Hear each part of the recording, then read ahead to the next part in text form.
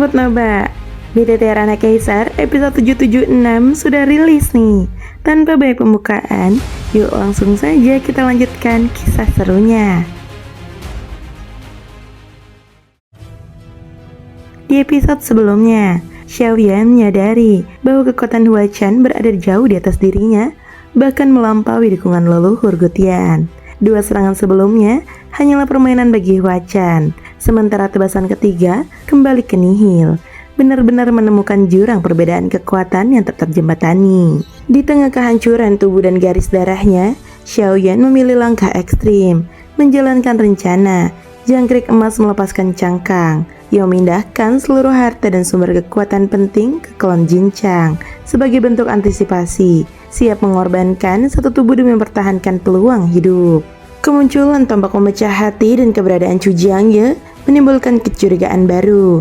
Apakah semua ini jebakan atau justru secercah peluang terakhir? Pada akhirnya, inti situasi menjadi jelas. Musuh tak mungkin dilawan secara langsung, pelarian hampir mustahil, dan satu-satunya pilihan adalah pengorbanan terukur. Mobil boleh hancur, tetapi sang jenderal harus tetap hidup. Belum dapat dipastikan apakah Huachan benar-benar telah menyadari semuanya. Dari aura yang dirasakan Xiaoyan, jelas bahwa kekuatan jiwa Huachan sangatlah kuat, bahkan sepenuhnya berada di atas dirinya. Apakah ia telah mendeteksi keberadaan klan Jinchang atau belum? Itu masih belum tentu. Xiaoyan menggenggam erat pecahan bintang di tangannya, tetapi ia tahu, dalam situasi seperti ini, gerakan apapun hanya akan dianggap sebagai pembangkang. Jika ingin hidup, satu-satunya jalan adalah memohon ampun. Sebelumnya, ia tidak boleh membiarkan Huachan menangkapnya, karena seluruh beban telah dipikul oleh klan tersebut. Namun kini, klan Jinchang telah berhasil melepaskan cangkangnya. Dengan pecahan hati di tangan, suara berat sempat keluar dari tenggorokan Xiaoyan, seakan hendak berkata, dengan kehadiran dewa ini. Namun sebelum kalimat itu selesai, niat bertarung dalam matanya telah surut. Tubuh fisiknya kembali sepenuhnya berada dalam kendalinya sendiri. Aku bersedia menjadi alkemis di bawah naungan Jiu Yang Tianjun, ucap Xiaoyan. Energi pedang yang melingkupinya hampir saja menebas habis tubuhnya. Bayangan kematian telah sepenuhnya melimuti dirinya. Pecahan bintang di tangannya tak lagi berguna. Dalam keadaan seperti ini, apapun yang ia lakukan hanya akan memperburuk keadaan. Ucapan itu jelas merupakan bentuk permohonan ampun. Namun Xiaoyan tidak sedang mencari hidup dengan hina. Itu hanyalah siasat sementara. Ketika benar-benar terdesak, ke jurang keputusasaan, tak perlu mengorbankan segalanya demi harga diri yang sia-sia. Baginya, kehilangan klan Yuanzhan adalah kerugian besar. Di masa depan, akan sangat sulit menemukan lagi tubuh fisik dengan potensi pertumbuhan setinggi itu. Melindungi klan Yuanzhan hanyalah satu dari sekian pertimbangan dalam benaknya. Ia juga teringat pada pesan sisa jiwa leluhur. Api klan Wu belum padam, tersegel di dalam 9 langit. Harapannya jelas, selamatkan klan Wu. Kalimat tersegel di dalam 9 langit telah mengarah langsung pada alam dewa 9 langit, meski tanpa petunjuk lebih rinci.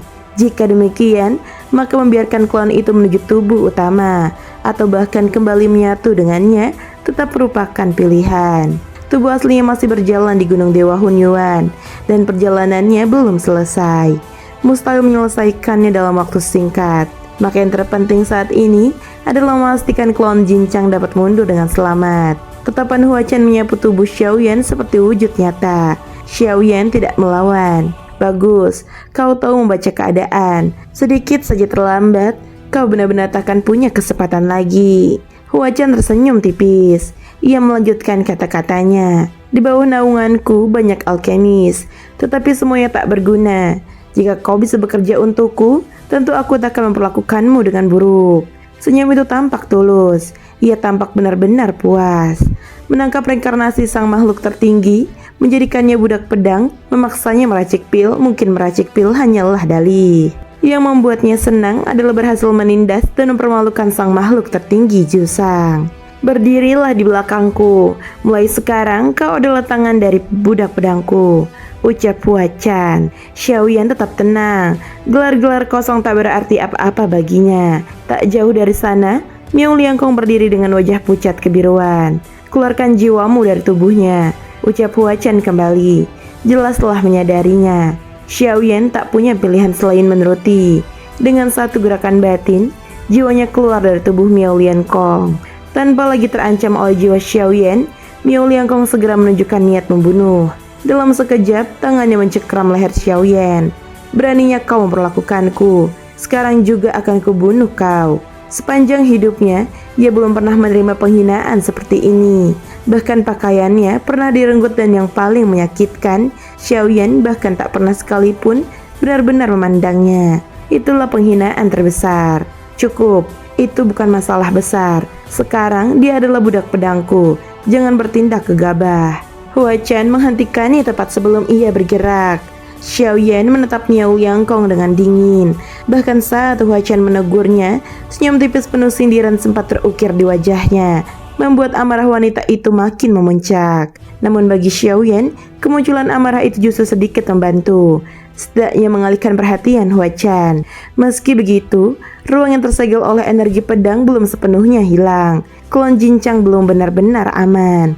Ia tak punya waktu untuk memikirkan lebih jauh. Satu-satunya yang bisa ia lakukan adalah menghapus ingatan tentang klon itu agar tidak terungkap bila Hua Chen melakukan pencarian jiwa.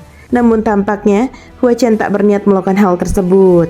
Bahkan permusuhan yang sebelumnya begitu kuat kini telah memudar. Xiaoyan memandang sosok berjubah panjang di hadapannya. Untuk sesaat ia benar-benar tak mampu membaca isi hati pria itu. Segalanya tampak begitu santai dan ringan. Angin dan air selalu berputar. Hahaha, hari ini sungguh membahagiakan. Hua Chen tak mampu menyembunyikan tawanya. Tiba-tiba ruang bergetar. Dari kehampaan muncul teratai kaca berwarna hijau kebiruan. Seorang wanita anggun melangkah perlahan di udara. Miao Lianhua, kami, perwakilan suci keinginan Dewa Buddha. Miao Lianhua memberi hormat kepada Zhu Yang Tianjun. Atas perintah guru, aku datang mengundang Tianjun menuju negeri Dewa 10.000 Buddha. Saat ia muncul, ribuan energi pedang abu-abu yang mengelilingi area itu seolah kembali ke tubuh Hua Chen. Gurumu, apakah biksu kecil dari keluarga Mi itu? Tanya Hua Chen. Miao Lianhua tersenyum pahit. Biksu kecil yang dimaksud adalah sang Buddha tertinggi, Mi Jia Foju, yang memiliki tak terhitung jumlah penganut. Baiklah, sudah lama aku tak menemuinya. Terakhir kami berdiskusi mungkin 10.000 tahun lalu. Bisa dibilang sahabat lama. Hua Chen mengangguk menerima undangan. Dengan satu gerakan, Miao Lianhua merobek kehampaan, membuka jalan langsung menuju negeri Dewa 10.000 Buddha. Jelas ia juga menguasai hukum ruang. Ia melangkah masuk lebih dulu. Hua Chen menginjak pedang ilahinya, membawa serta para budak pedang termasuk Xiaoyan. Namun tepat sebelum masuk ke celah ruang itu, Hua Chen tiba-tiba menoleh ke arah kehampaan lain. Tatapannya tajam gergaji. Xiaoyan tetap tenang di permukaan, tetapi hatinya bergetar. Arah ditatap Hua Chen adalah lokasi klon Jincang. Dengan satu gerakan ringan, seberkas cahaya pedang melesat dari ujung jarinya, menembus kehampaan menuju klon tersebut. Namun tepat saat cahaya pedang itu mencapai tujuannya, ledakan keras terdengar. Cahaya pedang itu hancur. Hua Chen tua bangka, beginikah caramu memperlakukan sahabat lama?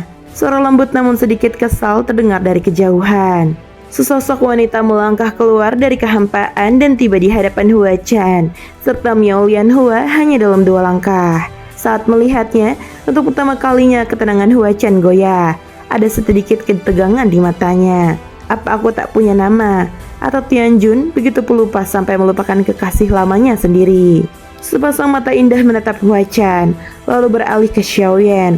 Saat menatapnya, ia tersenyum cerah dan melambaikan tangan. Orang yang datang itu adalah Ye Beijing.